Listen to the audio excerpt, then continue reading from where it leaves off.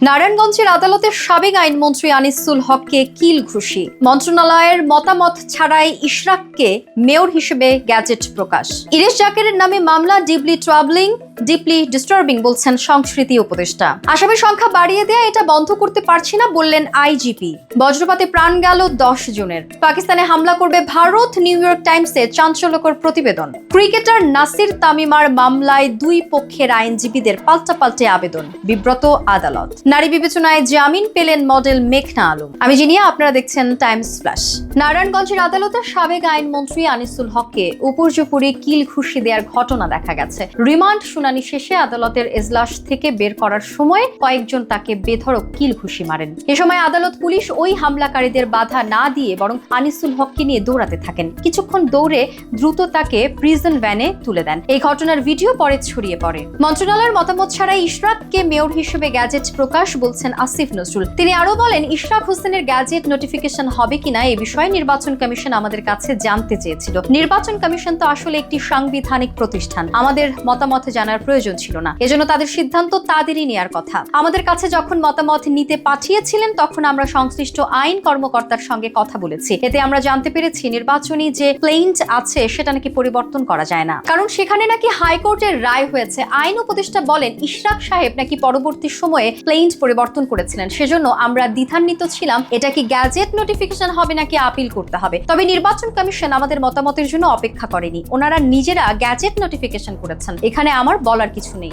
ইরেশ জাকেরের নামে মামলা deeply travelling, deeply disturbing বলছেন সংস্কৃতি উপদেষ্টা। ইরেশ জাকেরের বিরুদ্ধে মামলা হওয়ায় বিনোদন অঙ্গনের অনেক তারকারাই কথা বলছেন। অন্যদিকে সংস্কৃতি উপদেষ্টা মুস্তফা সরওয়ার ফারুকী সোমবার সাংবাদিকদের সঙ্গে বিভিন্ন বিষয় নিয়ে কথা বলেন। এ সময় ইরেশ জাকেরের মামলার বিষয়টি উঠে আসে। সংস্কৃতি বিষয়ক উপদেষ্টা মুস্তফা সরওয়ার ফারুকী ইরেশ জাকের প্রসঙ্গে বলেন, এখন নিজে সরকারের অংশ, অ্যাক্টিভিস্ট নই, যে কারণে কথা কম বলে কাজ বেশি করতে হবে। ইরেশ জাকেরকে ব্যক্তিগতভাবে চিনি, জানি তিনি জুলাইয়ের আন্দোলনেও জড়িত ছিলেন, ফলে এটি ডিপলি ট্রাভেলিং, ডিপলি ডিস্টার্বিং। তিনি ইরেশ জাকেরের বিরুদ্ধে করা মামলার বিষয়ে বলেন, মামলা করেছেন একজন ব্যক্তি, এটি রাষ্ট্রপক্ষ কিংবা সরকারের দেয়া মামলা না, আইনে সীমাবদ্ধতা রয়েছে, জানালেন আইজিপি। 5 আগস্টের পরে দায়ের হওয়া কোনো মামলায় নিরীহ লোককে যাতে গ্রেফতার ও হয়রানি করা না হয় সেজন্য পুলিশের সকল পর্যায়ের কর্মকর্তাদের কাছে স্বরাষ্ট্র মন্ত্রণালয়ের নির্দেশ রয়েছে বলে জানিয়েছেন পুলিশের মহাপরিদর্শক বাহারুল আলম। এক সংবাদ সম্মেলনে কথা বলেন তিনি। এই পুলিশ কর্মকর্তা জানান, শুধুমাত্র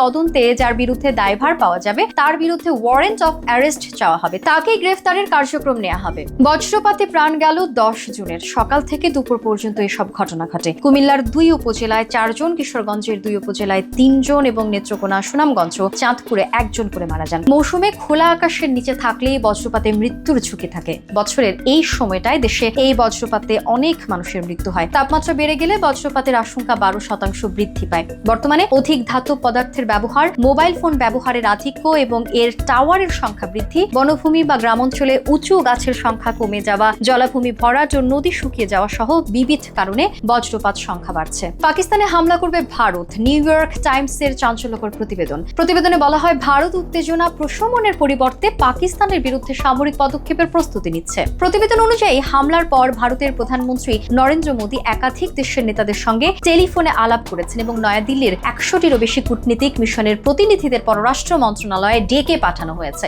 ভারত ইতোমধ্যে পাকিস্তানমুখী নদীগুলোর পানি প্রবাহ বন্ধের ঘোষণা দিয়েছে এবং পাকিস্তানি দূতাবাসের কিছু কর্মী ও ভারতে অবস্থানরত পাকিস্তানি নাগরিকদের দেশ ত্যাগের নির্দেশ দিয়েছে। পাল্টা প্রতিক্রিয়ায় পাকিস্তান ভারতের সঙ্গে কয়েকটি দ্বিপক্ষীয় চুক্তি, বিশেষ করে নিয়ন্ত্রণ রেখায় যুদ্ধবিরতি চুক্তি স্থগিত করার ঘোষণা দিয়েছে। আইনি বিচ্ছেদের আগেই নতুন করে বিয়ে করার অভিযোগে ক্রিকেটার নাসির হোসাইন ও তার স্ত্রী তামিমা সুলতানা তাম্মির বিরুদ্ধে করা মামলা শুনতে বিব্রত বোধ করেছে ঢাকার একটি আদালত। এরপর মামলাটি অন্য আদালতে বদলির আদেশ দেওয়া হয়েছে। সোমবার ঢাকার অতিরিক্ত চিফ মেট্রোপলিটন ম্যাজিস্ট্রেট ওয়াহিদুজ্জামানি আদেশ দেন। এদিন মামলাটিতে নাসির হোসেন এবং তামিমা সুলতানার আত্মপক্ষ শুনানির দিন ধার্য ছিল। আসামি ও বাদী পক্ষের আইনজীবীরা পাল্টাপাল্টি আবেদন করায় বিব্রত বোধ করে আদালত। সকালে আদালতে নাসির হোসেন এবং তামিমা সুলতানা হাজির হন। নারী বিবেচনায় জামিন পেলেন মডেল মেঘনা আলম। রাজধানী ধানমন্ডি থানার প্রতারণা ও চাঁদাবাজির অভিযোগে করা মামলায় জামিন পেয়েছেন মডেল মেঘনা আলম। আদালত সূত্রে জানা গেছে, আসামি মেঘনা রেহানার পক্ষে তার আইনজীবী মহসিন রেজা, আইনজীবী মহিমা বাথন ও ব্যারিস্টার সাতমান সাকিব জামিন শুনানি করেন। শুনানি শেষে নারী বিবেচনায় আদালত তার জামিন মঞ্জুর করেন। ঢাকায় নিযুক্ত সৌদি রাষ্ট্রদূতের অভিযোগের প্রেক্ষিতে তাকে আটক করে 30 দিনের আটকাদেশ দেওয়া হয়েছিল। এ নিয়ে সমালোচনা ওঠে সরকারের মধ্যেই। পরিবর্তন করা হয় ঢাকার গোয়েন্দা প্রধানকে। পরে প্রতারণা মামলায় তাকে আটক দেখিয়ে কারাগারে প্রেরণ করা হয়। এবার মুক্তি পেলেন সেই মেঘনা আলম। এর আগে আদালতে তিনি জানিয়েছিলেন, প্রতারণা মামলায় তার সঙ্গে অভিযুক্ত অন্য কারো সঙ্গে তার যোগাযোগ নেই, তার শুধু সমস্যা